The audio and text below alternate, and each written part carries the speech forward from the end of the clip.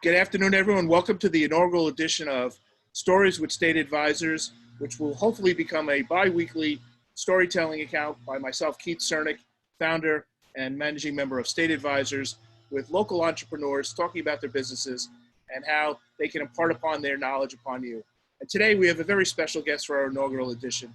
We have Newman, a local entrepreneur in Rochester, New York, well known in the tech circles.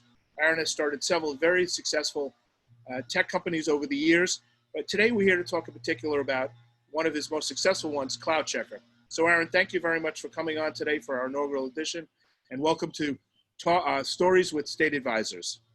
Thank you, Keith, and I'm happy to be here and share my stories, and thanks for asking me. You're quite welcome. So can you tell us the story of how the idea of CloudCheckr was formed, and what problem, if any, were you trying to solve, which ultimately led to it becoming an extraordinarily successful company with over 5,000 users all across the globe, of companies of all different size?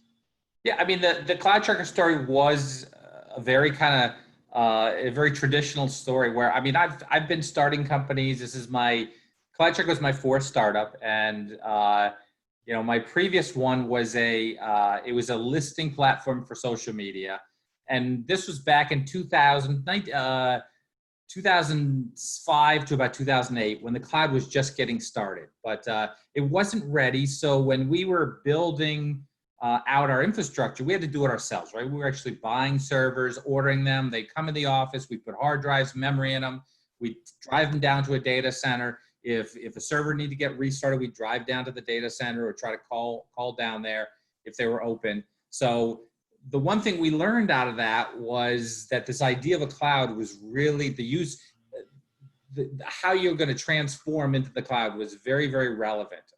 And we kind of had an aha moment where when we got acquired by a company that tried to scale up our operations, they tried to build out their own data center, right? So they spent $10 million building a data center, building NAS to SANs, building racks and all this. And at the end of it, somebody came in, the fire marshal came in and was like, the load is too heavy. It's not going to support the floor. You need to take stuff out of here, right? So it's a bit of an aha moment that building data centers is just an awful thing to do, right? It's a highly specialized talent that you're much better off by using public cloud. So, that was my aha moment of whatever my next startup is going to be, it's going to be all about the cloud. And so I took about a year off, and then I started investigating, where are there areas in the cloud space that need new tech, and we found kind of this space around management of what you have in the cloud, and just started building that. We pivoted a little at the beginning, pivoted again, and found a little nice little niche space where we started building out a cost management, security solution around public cloud. So, and it was just through our own pain that we learned this is where things are going. Great. So, and you're talking about, you talked about from an idea, a problem you had, to building this established business. Tell us how CloudCheckr and you obtained financial assistance from state and local governments to help you with, as you were growing your company, as you're going to continue to grow CloudCheckr, and how, if anything, State Advisors was able to help you. Yeah, so we ran it for probably 5 or 6 years, from about 2011 through maybe 2015, 16. In the early stages, we just couldn't navigate or figure out how to get past a lot of the red tape and a lot of the hard work of getting any support from the government. So the first 5 years, we didn't get any support at all, and I was actually quite frustrating. Keith knows this story well, because first time I met Keith, I was like, yeah, government support, whatever. Government's not here to help us, and they're not going to do it at all. And so I was very reluctant, but our CFO, who knew Keith, was like, no, let's work with these guys. You're going to see a difference. And so, I was the naysayer until, he navigated and found the right place. And we ended up we went from zero help ever to, we got an $8 million tax credit from New York State, which was just amazing. And that's where I kind of flipped and figured out maybe Keith knows what he's talking about. So Well, thank you. So we'll switch gears just a little bit because, we want to keep these to 1 to 2 minutes. The plans over the next 3 to 5 years for the company, how and what, if any, do you believe the pandemic has caused or changed your business model or operation model, or have caused you to pivot at all? Yeah, I mean, so COVID has been really one of the big generational things that's going to hit us, right?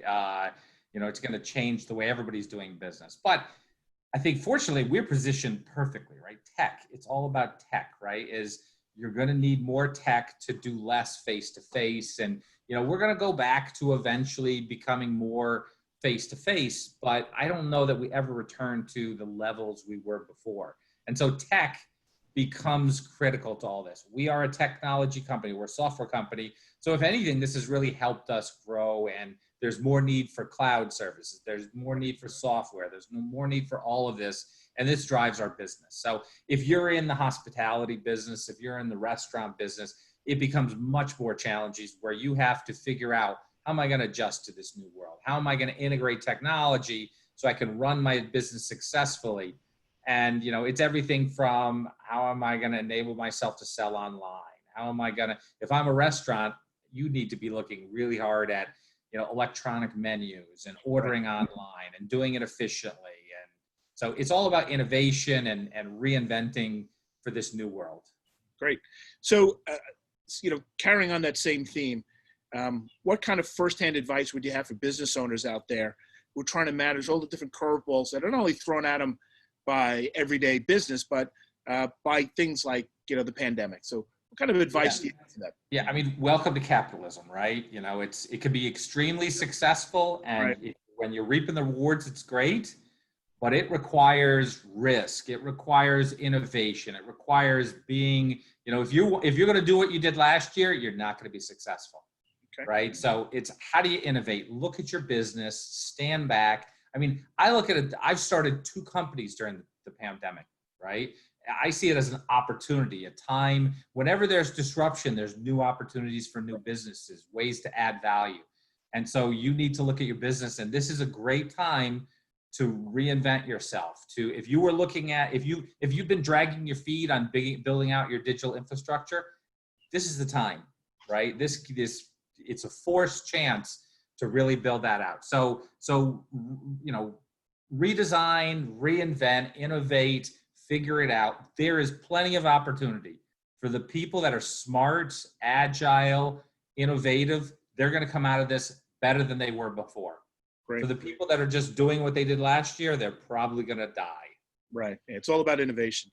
Well, Yep. That's all the time we got for today, Aaron. So I just want to say thank you very much for coming on today for our inaugural edition of Stories with State Advisors. I want to thank you and CloudCheckr and your entire team for being a good part of State Advisors and for giving us the opportunity to help you and help you expand and grow your company in Rochester and beyond. So thank you very much. Thank you, Keith.